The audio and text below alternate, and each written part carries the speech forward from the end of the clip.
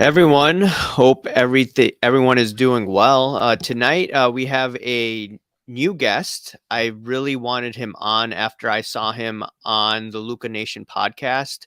He was one of the more reasonable people in the hobby because, with all the hype, the pumping, and all that fun stuff, I'm like, oh, okay. Miles, aka LFC.GOONER from Instagram, is a pretty rational dude, so I needed to have him on here. And Miles, thanks for coming on. Hey, thanks for having me. Okay, before we begin with all of the topics I wanted to get into, just introduce yourself and how did you get into the collectibles arena? I know besides soccer cards, you were into, I think it was Magic the Gathering and other collectibles. So just explain what started you off in the collectibles space, and we could start from there. Yeah, so I was a kid, frequented local card shops, got into Magic the Gathering really young, really got into it when it was on ESPN2 for a little bit, like that really pushed me a Yeah, little I didn't more. know that. It it's like, dude, if you look up the YouTube videos, it's like, okay, imagine like a bunch of nerds with super 90s cringe and like them trying to make it cool. So it's like everything terrible at once, all at the Yeah. same time.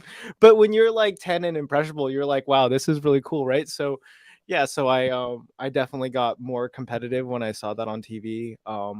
I grew a lot and yeah, I stuck with Magic for I don't know, a big part of my life, and doing one card game branches you into others like Pokemon or Yu-Gi-Oh or any of the others. And then at the same card store at the time, you would also have sports cards at the same like trading card game store. So my store was definitely a one side was like sports cards, the other side was just Magic the Gathering. So I got to watch a lot of like the super iconic products like ripped in front of my face, like 2003 Exquisite, all the SP Authentics through the years. Like the guys would just come in and rip it. So like, you'd think it's cool. It's always adjacent. Never really got into it. Got into it more in college. That's like 2008, 2010, and then drifted away, did card games again, and then the boom started. I'm like, hey, let's take this useless knowledge I have, try this again, and reapply it to an entirely new space. And off I went. Off I went. So you said you applied to a new space, so I'm assuming sports cards. So around what year you're looking at? 2017, 2018, I'd say like or early, before that? early mid 2019. Early mid 2019, like early 2019, I was just starting to like look around and be interested again. And I'm like, wow, I don't like any of the cards that anyone's looking at. Looked at it for about 6 months and then finally settled like, hey, I'm just gonna, go off on my own tangent of like soccer cards. And then I just went deep. It was so like it was like a like do you do like Bowman prospecting? It was like I mean, I buy some baseball cards. I mean, I just look at rookies. I mean, I don't do so much prospecting. That's so tough. I mean, nowadays.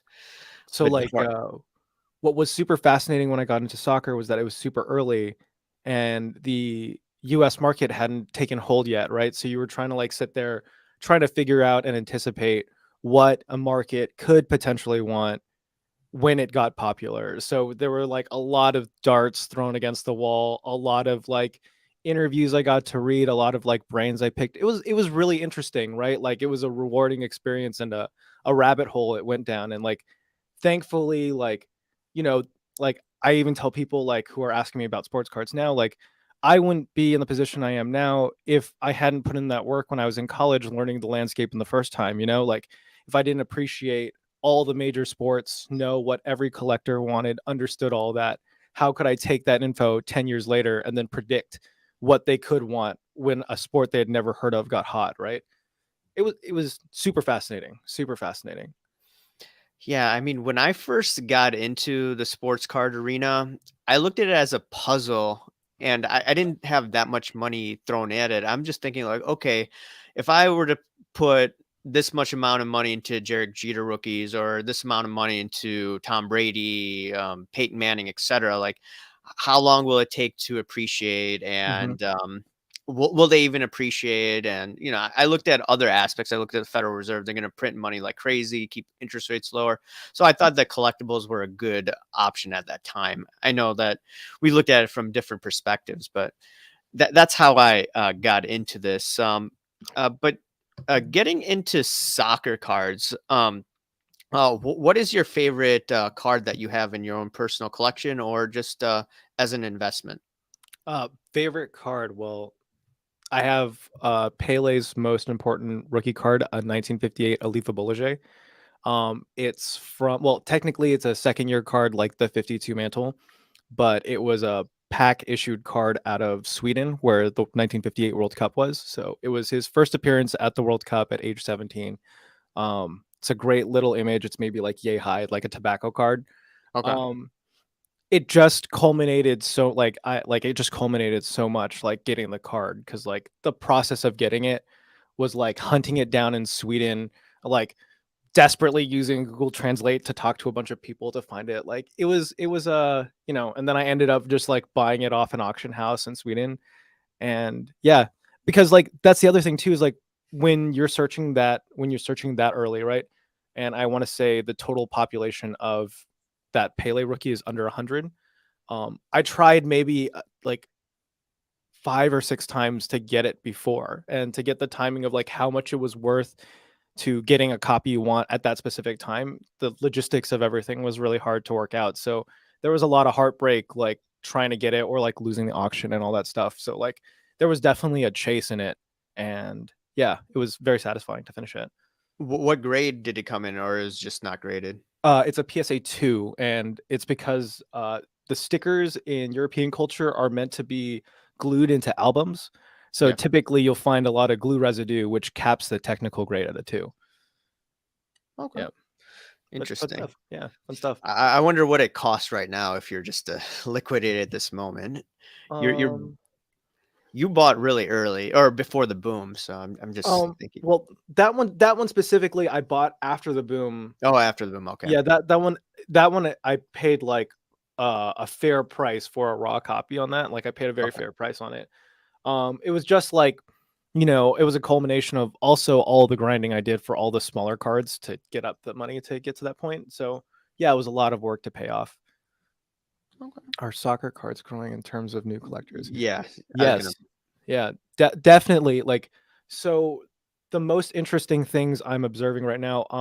So I don't like. Do you guys follow the Dave and Adams Instagram page? They just opened they're starting to open a Dave and Adams card superstore in Germany. So it's like the first major sports card store in Germany. So the American domestic companies are finally saying, hey, the population is sophisticated enough to say, hey, they want basketball, football. I think their favorite sports are like NBA basketball, soccer, and then they like American football. They're not too hot on baseball, but they want to consume those cards. Yeah, I mean, I told people a while back that for this hobby to grow, even if we have a crash that I've been talking about, it's the international buyers that will have to come in. And this is news to me that Dave and Adams wants to start a store in It's a nice Europe. store. It's a nice store. Like Yeah. Okay. That's like great investment. Like almost a shame that we don't have something that nice here, but so it's a new store, right? What can you expect? yeah. And then for like the women's soccer side, personally, I hold on, I just got it. It's right here. I literally just I bought this. I don't know if you can see the autograph with the glare, but this is Sam Kerr. She's like one of the best players from Australia, and this is like her second year autograph, which was pack inserted. So like I spent a bit on it, but you know, I definitely enjoy it. It's just another category that that's growing, and we'll see where it goes. See where it goes. Yeah, speaking of women's soccer, I mean, I don't pay attention too much to soccer, like you said, but I think growing up, Mia Hamm was pretty big. Anything, is that her market hot or Um, not really? the goat mark, like I think she had a PSA show, so she has a Sports Illustrated for Kids rookie that's really popular, and I think a PSA 10 did a large number during the boom, so it got a lot of eyes. But Sports Illustrated for Kids cards are like very difficult to grade because of the perforation. Yeah, oh yeah, that's tough. Like the Um, Tiger Woods yeah, PSA 10. but like a lot of the other random things across the board, yeah, it's going to grow, but at a rate where people actually are willing to spend for women's items. That's going to be the tougher part. There's buyers, but they don't want to spend a lot of money, and rightfully so, right? Rightfully so. It'll grow. It'll grow in time. Okay, makes sense. So I got this. Speaking of the international situation, I got this from a user that really likes you, and he watches Oh, me awesome. too. I think it's S Million. He does comment on my videos, and he's this is what he sent me as a message. Maybe you could elaborate on. He says, "I've seen him mention this briefly before, but would love to hear more on how different card collectors' approaches are between different countries and regions. I know it's not a monolithic, but there are some unique or differentiating trend lines region to region, I imagine." He Sure. specifically mentioned Asian versus US collector approaches styles in the video. I think you did that with Sure, sure. yeah. Okay. So the best thing I could tell you is like don't take it straight from my mouth and like get to know people and talk to people, but things that I've been taught are like green and red parallels are much more popular in Asia than they are in the US, right? Because like green and red are like luck and money, so they tend to like those sub parallels a bit more. And then it also like makes sense when like Panini produces like their green dragon scale products. Yeah, they're like it's a green dragon scale product number to 88 because they're like playing on all the little like good luck and money things. So like it's a lot of like cultural stuff that you'll learn to come to appreciate that people have different quirks than from one country to the other. Like yeah, a lot of I would say the most common ground is like basketball cards and seeing like how different their approaches are compared to ours because they really like basketball too. Really like basketball. Yeah.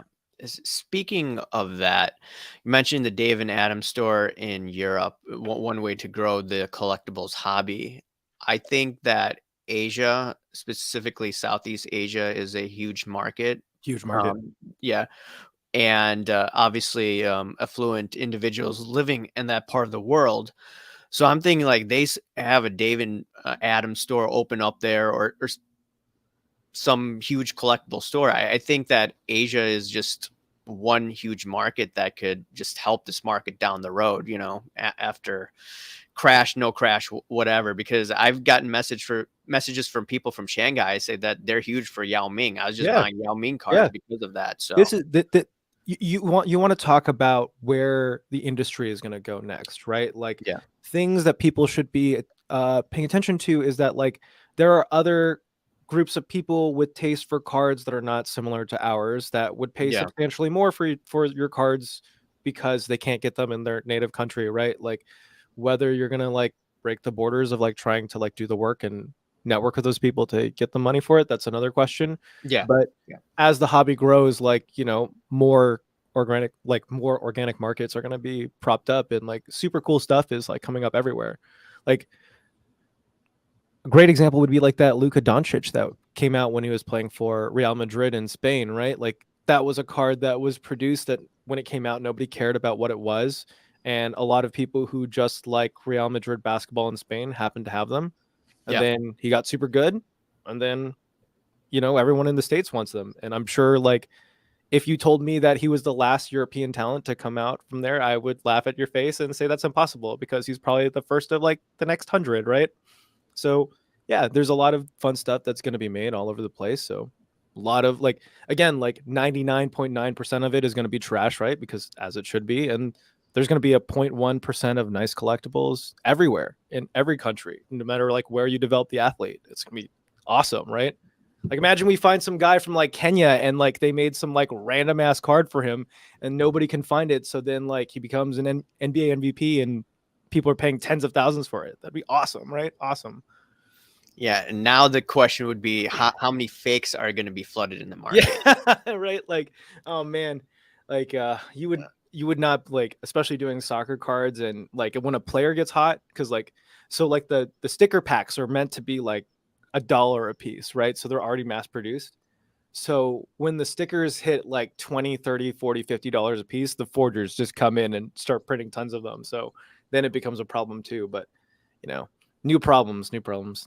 Yeah, and speaking of fakes, I know you saw this card porn post because you commented on it. I saw it, and it was regarding BGS slabs. And I don't know if you saw my podcast with Shay last week, and Shay was saying that, a bunch of rich guys are not going to touch BGS slabs because they can't trust whether or not if the card is fake, for instance, he doesn't Mhm. know what the policy is. Beckett did clarify, which is a good thing. And then you asked a question about, or you said that, hey, a lot of people in the soccer community, Mhm. they don't trust BGS slabs. So what do you know about that? Because I've never heard anything about that because I don't touch soccer, but I did find that to be interesting.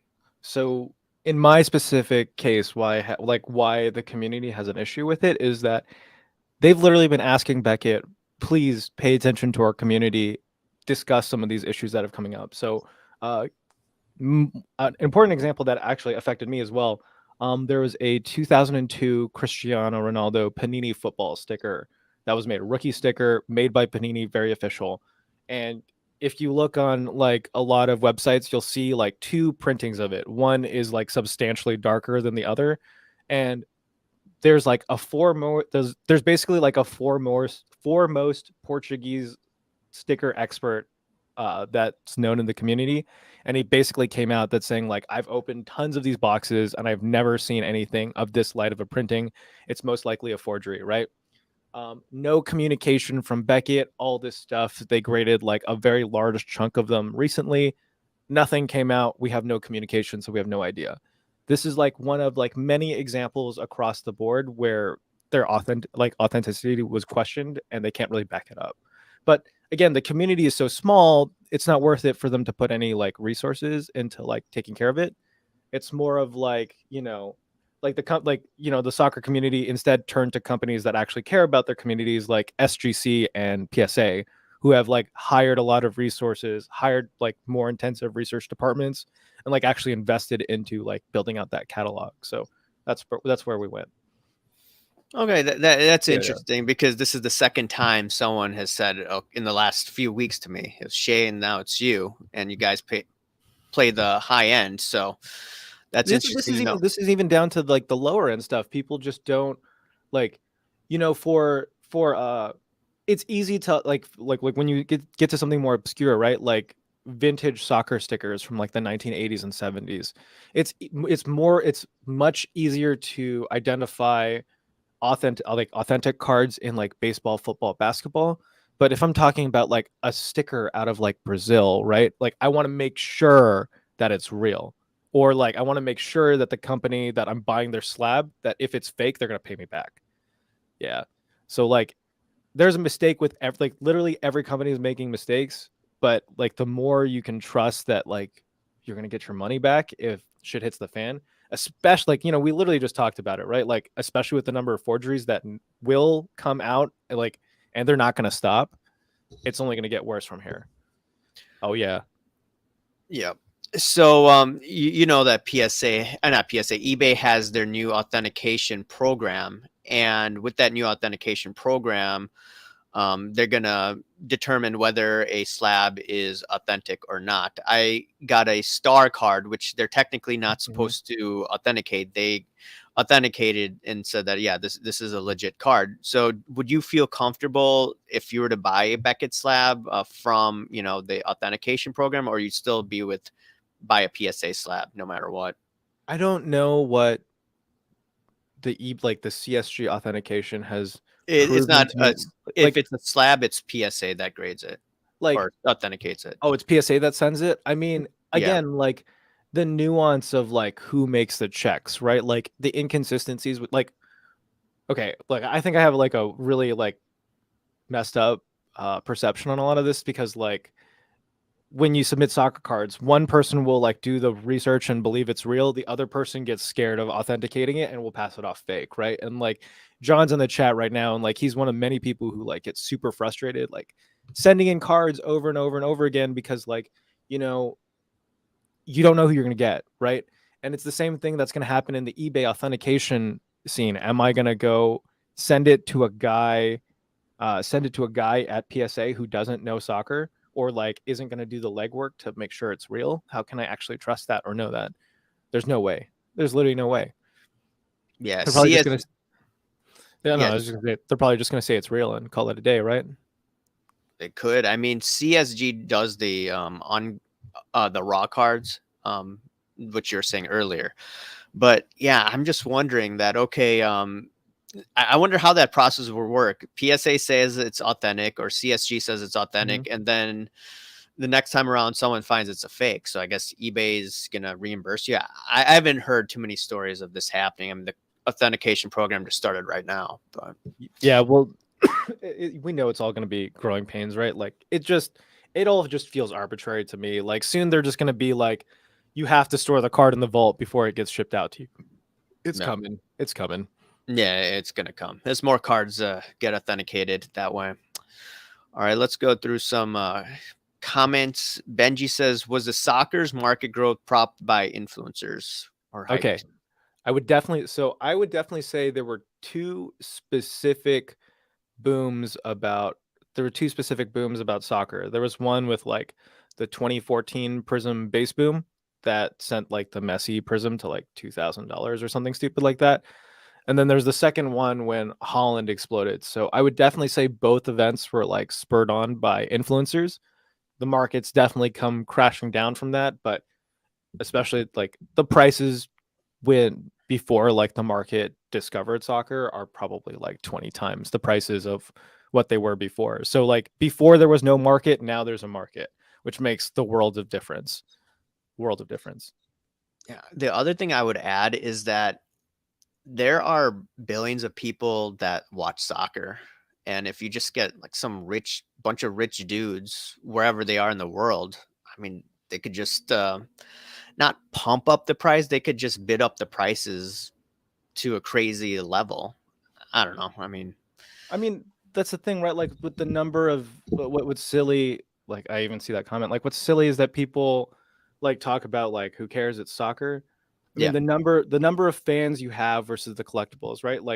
The like what's funny, people have that mentality like you know how crazy it's been for me to stand out in the crowd because you know soccer or like you know a niche like well enough because nobody else bothers to learn it, right? Like you took the time to like spend, invest, and be different. Now I stand out completely more than a lot of other people, and the opportunities that have been afforded to me, I'm very grateful for because I decided to invest my time into something else. Oh, learning something new, always helpful, always helpful. exactly. Learning something new does help. I think a lot of people, and segue into a different topic. Um, a lot of people may segue into something new. I mean, we saw the boom in collectible sports cards, etc.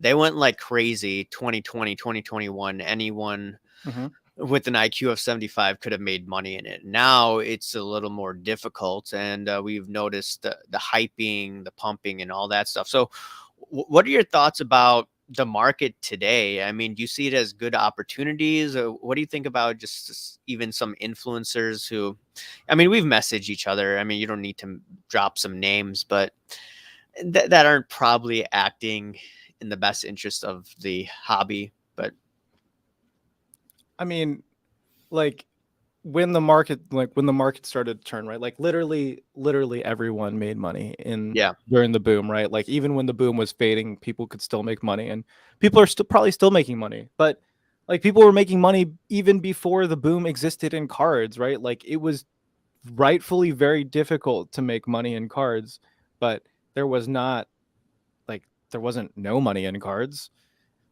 And yeah, there's tons of opportunities across the board and a little like in everything, especially now like you have all the anecdotes like buy the dip, all this other stuff. Like if you're truly invested into any specific space, if you're truly invested to any specific space, right, like there's an opportunity in literally everything. I think collectibles across the board have been proven to be valid like stores of value, or however people want to put it. Like the communities are large enough for them to consider stores of value.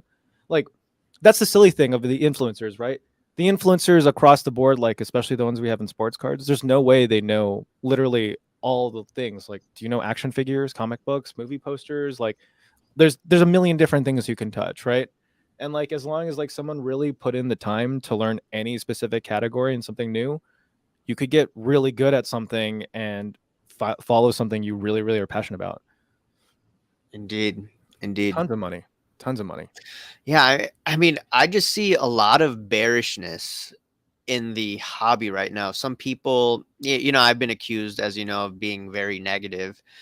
And when I see people that were once taking indirect shots at me saying that, hey, you know, negative guys like me should be canceled, and they were really optimistic, now they're being more objective.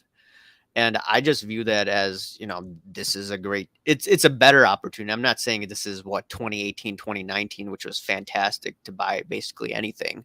Mm-hmm. But I don't know if you see it the same way. I mean, you've talked about market cycles or hobby cycles with Goldberg and Cage Lawyer, but I'm still not like, that's the thing. Like, I'm not sure if what I say like sticks into a lot of people yet. Like, I've talked about it a lot, but like this, like, is this really the end of your collecting, right? Like, are you really planning to exit? Like, a lot of people have taken a lot of licks yet. Like, you could be looking at a lot of things. If this is the end for you, then like this is probably the end of your collecting. Like, what's the point of like dragging it out?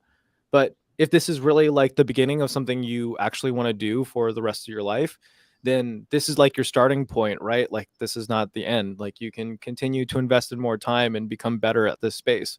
Like, if I had any criticisms for any like influencer out there, like if anyone I had problems with anybody, like it's literally solved by like investing more time and becoming better at the space, right? Like, that's the problem. Like, a lot of people have done things in the space which like I just don't respect. Like, you bought a bunch of base cards and you made money from that. Like, to like real collectors, like that's just, what am I supposed to respect? The whole market was up at the time, you know? It's nothing special. Literally nothing special. Like, there's so much to learn. Literally so much to learn. yeah. And I think we messaged each other yesterday about there is so much to learn, and you know, we're willing to listen to other people, and a lot of people seem to be very egotistical, and I don't know, and they probably shouldn't, and it's just being good listening to others and just being more humble. I think that's what needs to be Like, happening with other people. I see another comment too. Yeah. Tim Giants mem, dude. Like, I was around in sports cards in a previous cycle where Tim Lincecum was the hottest baseball prospect in the universe, right? Like it's because I experienced it, watched him peak and then fall off the cliff because his body couldn't hold out. But in truth, when I look back at the cards I had back then, it was the Clayton Kershaws that were worth way more long term than the Tim Lincecums have, right? And it's because I experienced that. I have the experience to say not all these prospects are going to work out in the way you want them to work out, right? Like, you know, it's just experience of like doing it to like make those decisions the next time that come around, because this is probably the not the last boom that the sports card industry will ever experience. Maybe it's not the biggest one, but you know, maybe it won't be bigger, but who knows? Yeah, exactly. I think it's just looking at guys that are more anti-fragile, as I like calling, rather than fragile, than Tim Lincecum. And he was great at one point. I remember with the Giants. He was great.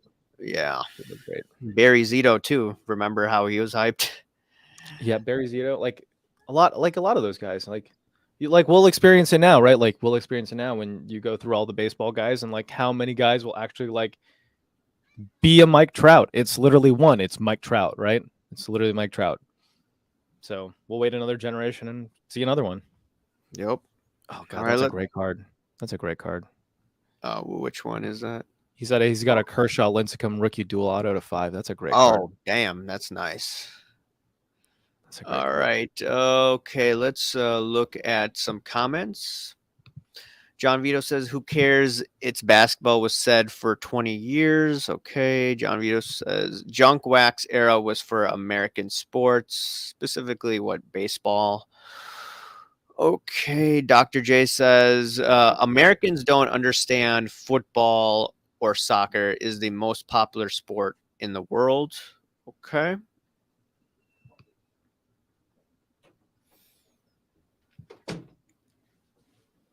I'll wait for him to come back. All Sorry, right. it's my cat. No worries. Okay. Thought you're leaving.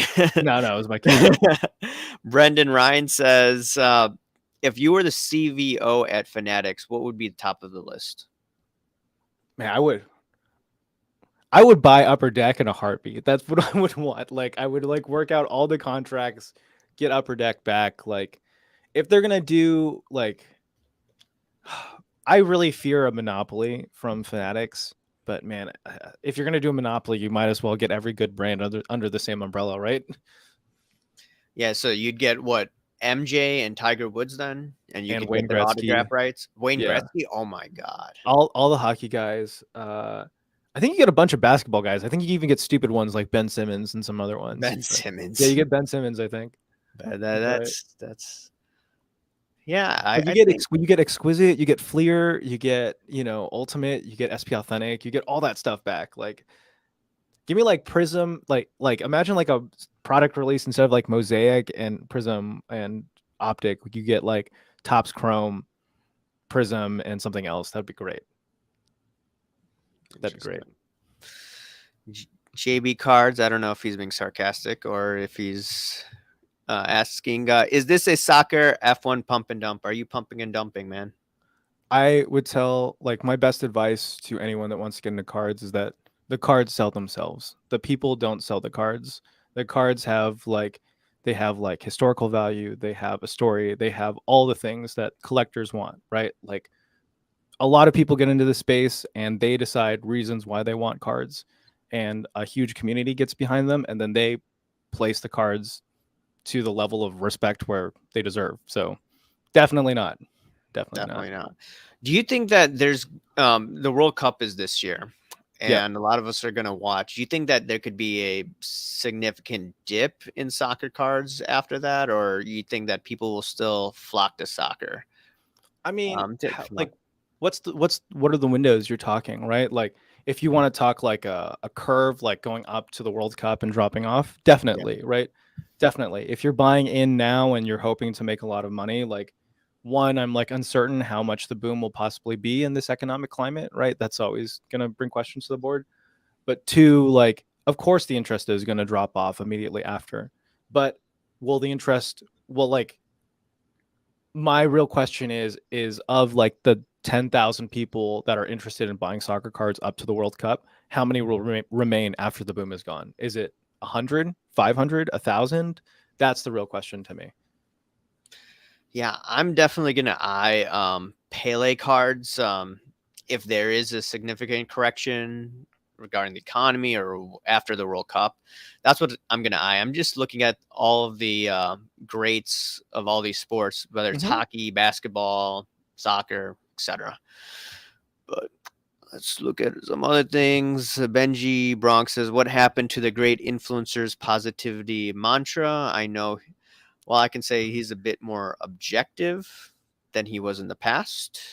I never thought the hobby was like super positive in the first place. Like even when I was like in it before, everyone's like, this guy's trimming, this guy's doing this guy's doing that. Like everyone's always complaining. They were always complaining. Back then they're complaining. Now they're complaining. Forever, always complaining. Yeah. It's who we are. Yeah, I mean, I think in 2020, 2021, everyone was just happy they were making money hands over fist. Then you saw a little downturn last year, or some cars were, a lot of them were hit down. So I guess him and Jeff Willis, I'm not picking on them here. I'm just saying that they were a bit more optimistic than maybe channels like mine and others. But, all right, let's listen, or let's look at this comment. Rocco, folks, listen to Miles. Very wise advice indeed. Yes, indeed, for sure. Thanks, man. Brendan says, humility is a matter of opinion that doesn't apply to all players equal. Take Barry Bonds and Ricky Henderson. I mean, I love like Ricky Henderson.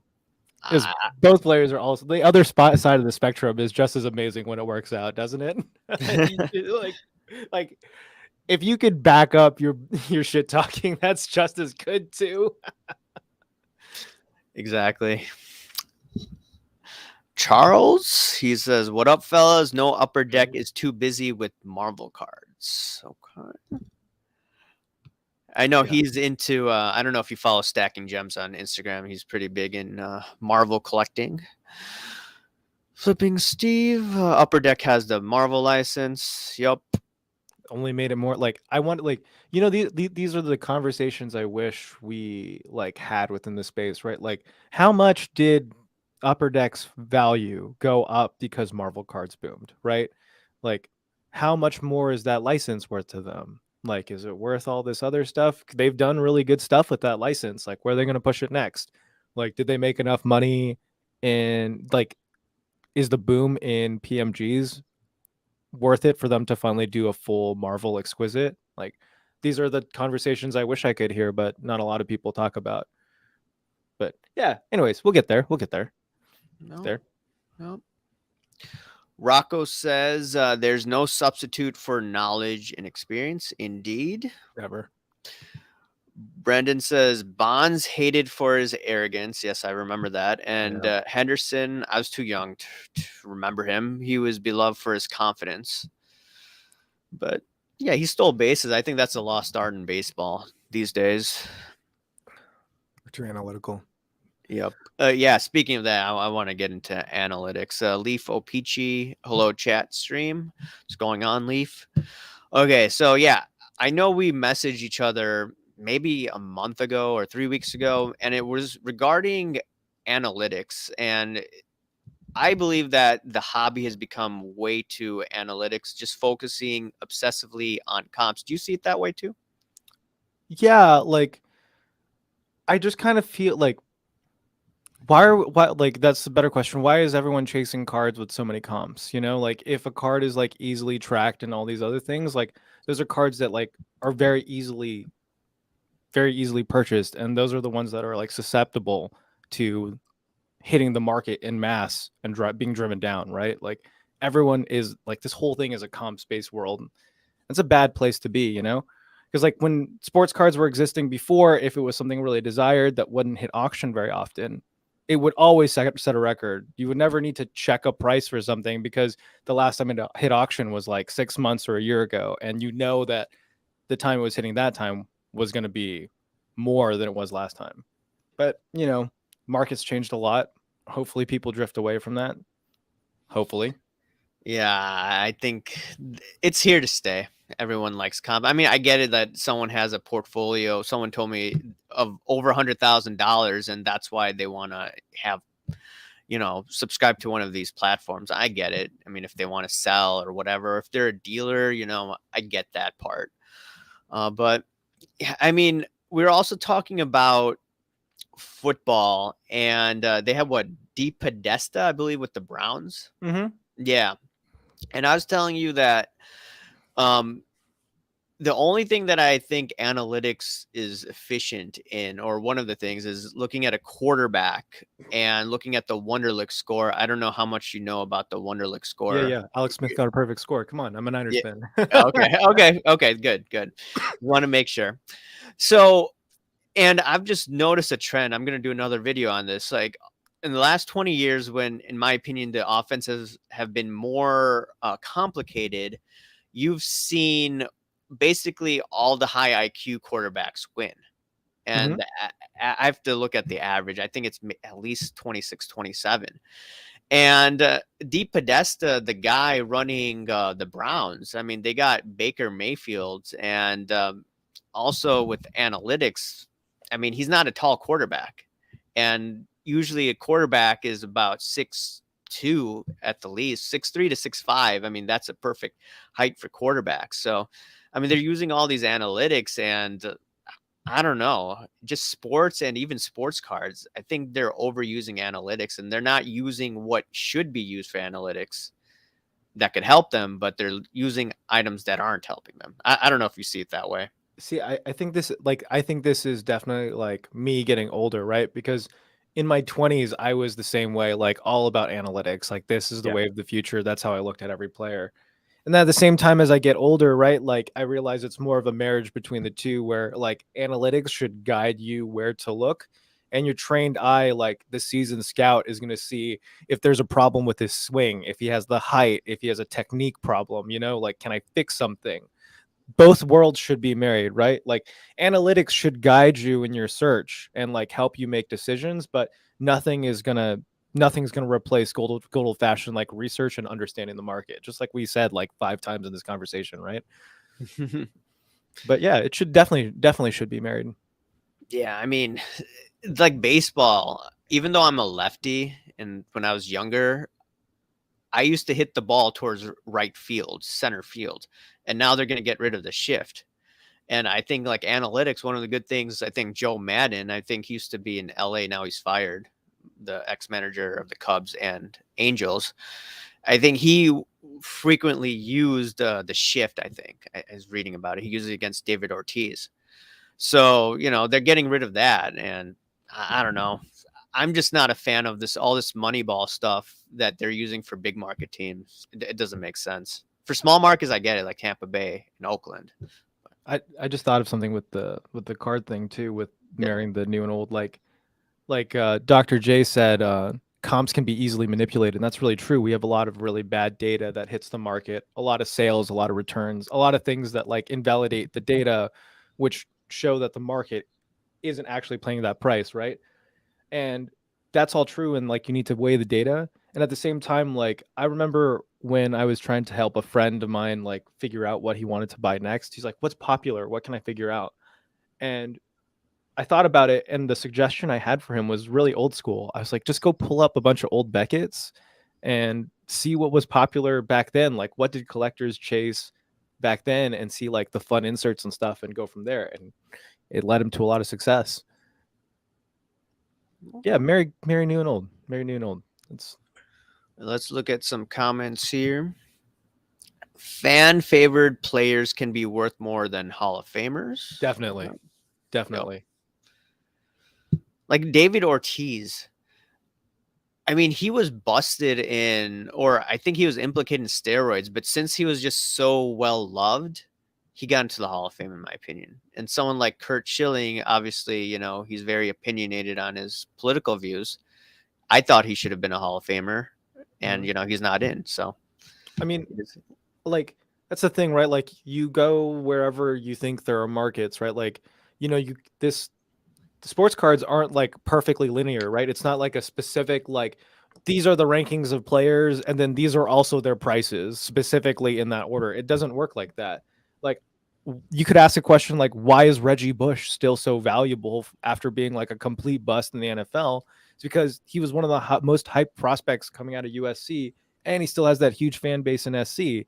Like he's nowhere close to the Hall of Fame, nowhere close to an MVP, nowhere close to an All-Star, right? Like actually, he's probably an All-Star, but it's not perfectly linear. It's not. I mean, I still remember that game vividly. It was what Matt Leinart versus Vince Young. Yeah, Vince 2005, the Rose Bowl. I mean, that was one of the greatest. What was it? The Rose Bowl? Yeah, it was one of the greatest Rose Bowls that I've seen. So, even though Pete Carroll made a huge mistake punting the ball, or not punting the ball, going for it, he should have just punted it. But yeah, you're right. Reggie Bush will not be forgotten. Let's look at some other comments. Hendo couldn't be caught. Yep.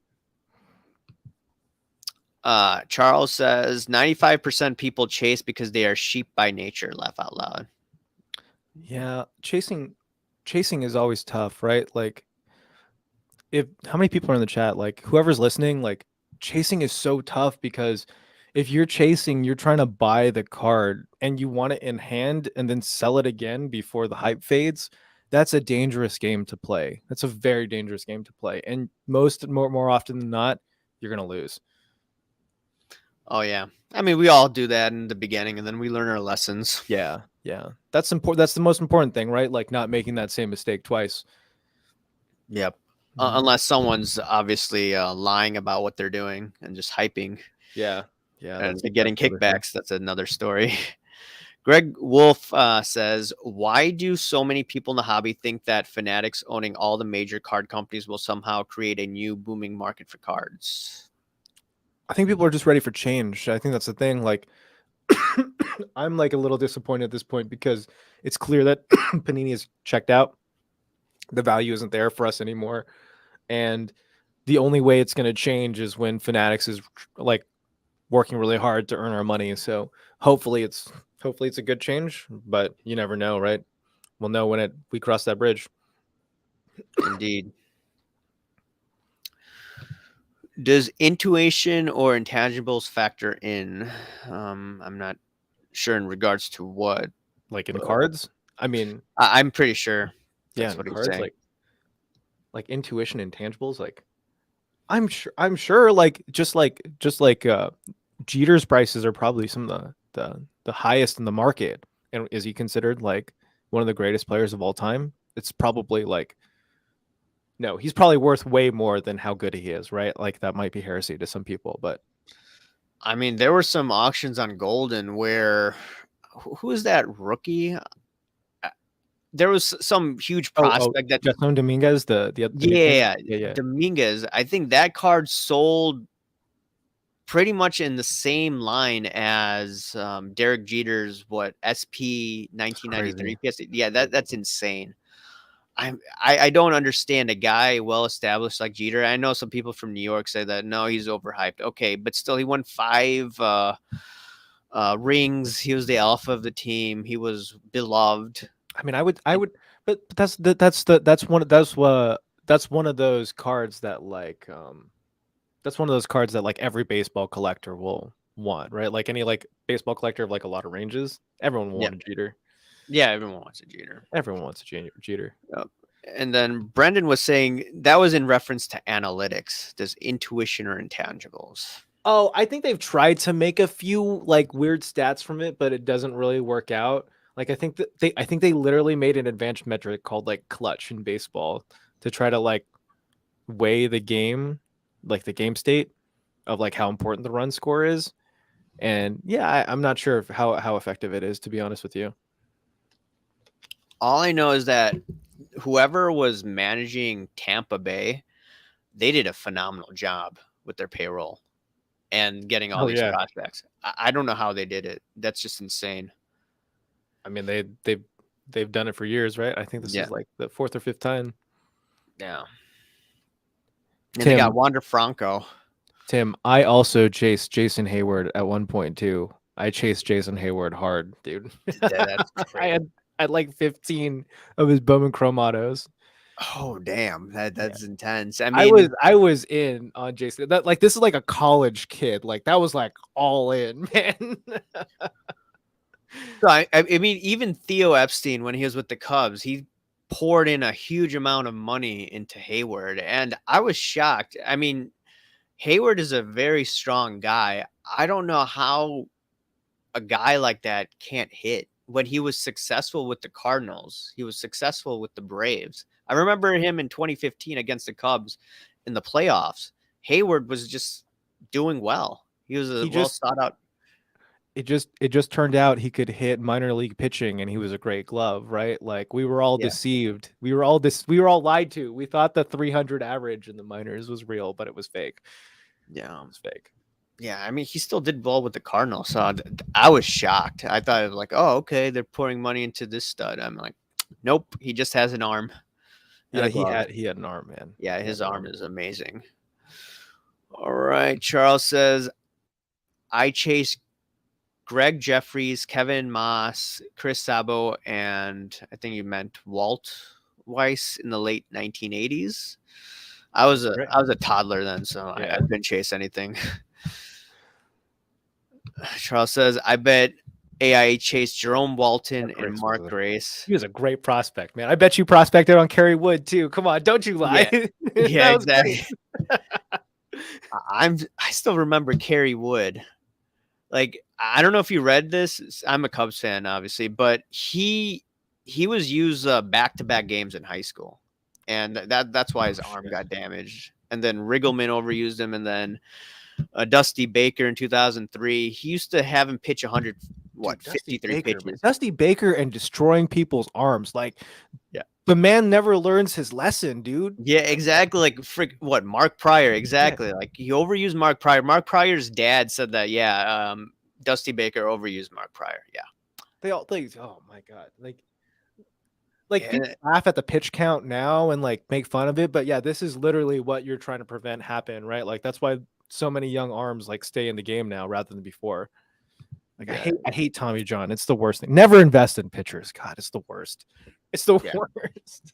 I mean, I speculated in Scherzer and Verlander, before the boom. It was 2019, but that was before Verlander won his other Cy Young.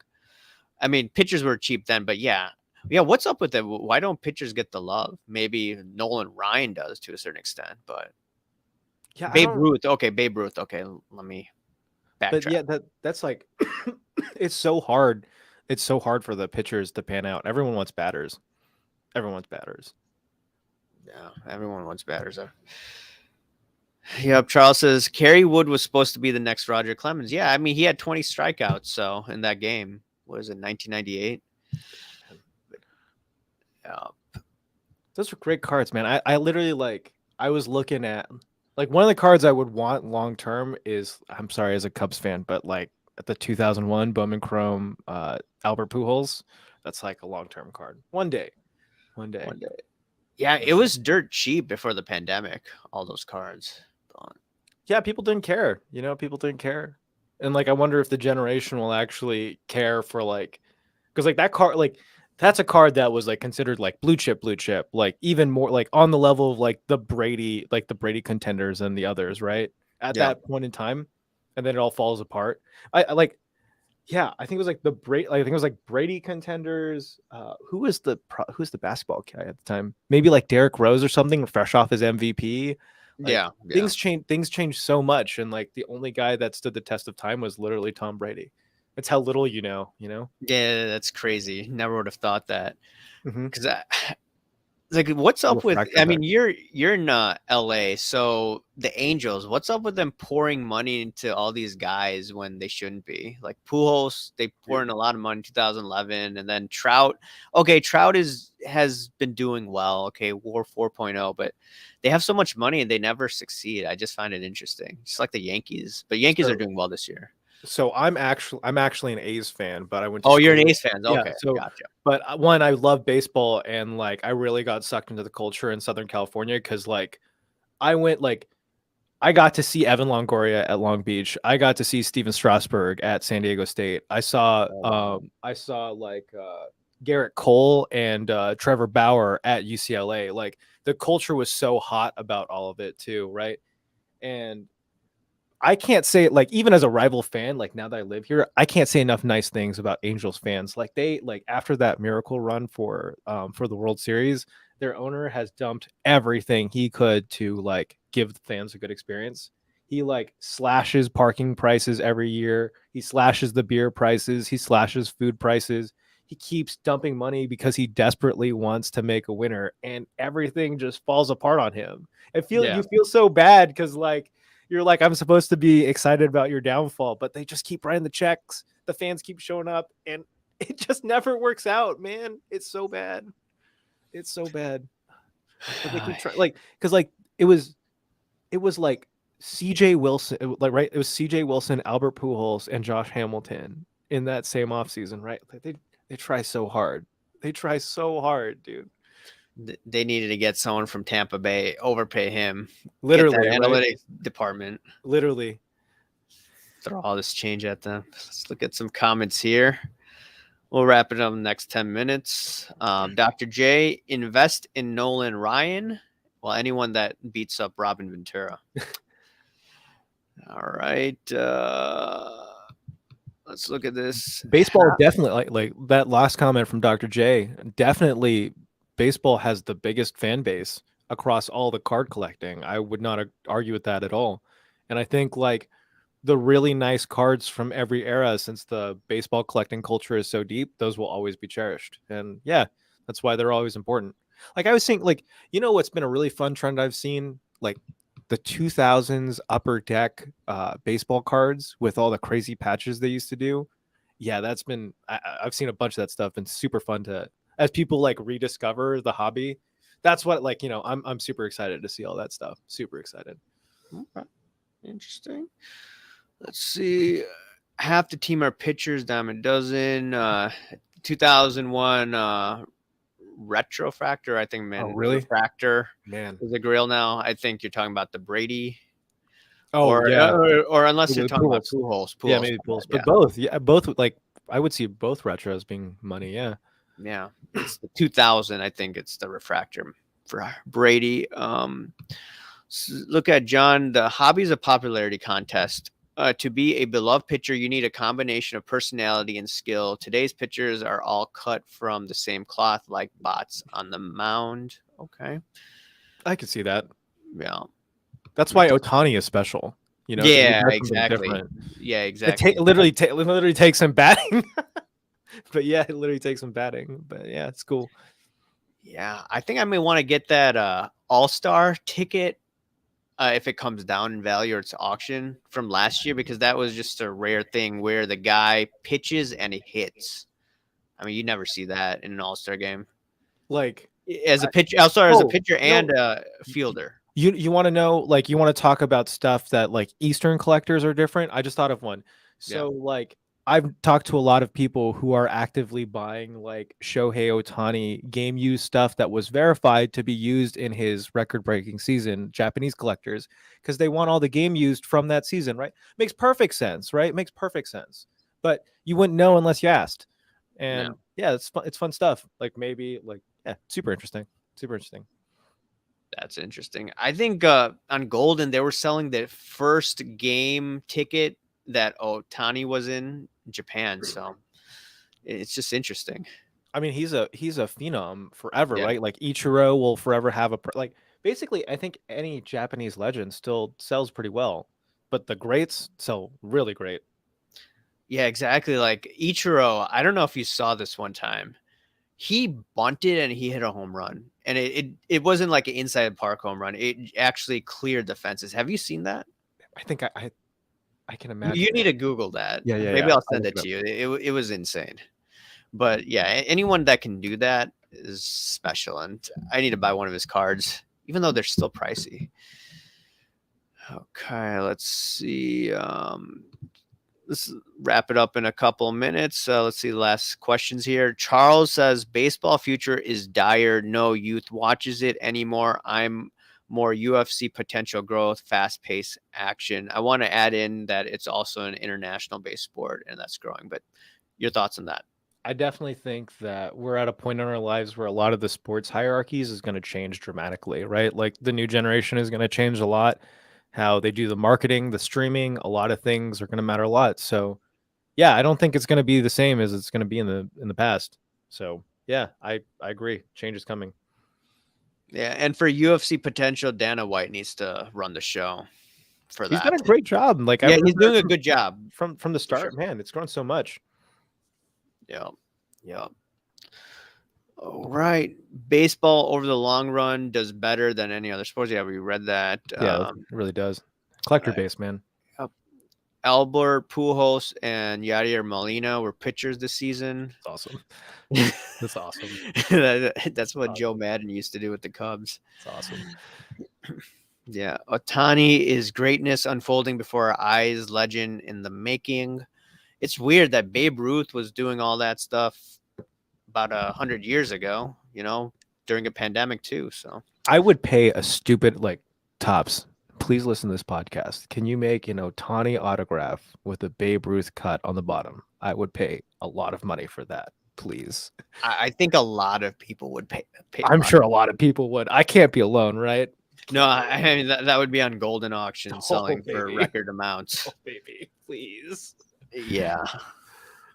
Kids, man. There's so many fun cars they can make, but Oh yeah, for sure. I mean, they could be creative. And the thing is, Tops now they're gonna cut the middleman. They could just sell it on their own website, Dutch auction or whatever. I hope like see, this is the thing I'm excited about. Like, hopefully the changing of the guard will be more like a little more dynamic with some of this stuff. Like I would love to see that. Please give us this stuff. Oh. All right, let's just read the last few comments. The hierarchy will change. Soccer is the future. Oh man, thank you for thinking that. It's awesome. Pujols got lit up as a pitcher. I didn't see that, but Whatever. Who cares? It's not like the Ichiro hitting the ball over the fence. All right, let's look at this punt, pass, click. Think people will ever collect wide receivers like they do quarterbacks? With all passing and big contract receivers are getting, you'd think collectors would follow. I always, it never changes. It's a quarterback game. Like football has always been a quarterback game. I mean, I thought I was like super creative and like I tried like defensive players that didn't work back then. Like nothing works. It's just a quarterback game. Like I don't know when the community will change that, to be honest. Maybe it Mine changes is one day. maybe Jerry Rice is the only guy. Yeah, That's maybe the only Jared. thing. That's the big money guys. All right. Before I let you go, Miles, where can people follow your work? I am at LAFC.GOONER on Instagram. If you want to see a bunch of stories and learn way too much about soccer, I post about a lot about soccer. Yeah, I think you should do YouTube too. Thanks, buddy. Thanks, buddy. Yeah, and so some of the content is just outrageous. I think you'd balance it out. But yeah, yeah, yeah. I'll try soon. yeah, you should Sure. do that for sure. All right, Miles, thanks for coming on. Thanks, buddy. Talk soon. That's fun. Yep.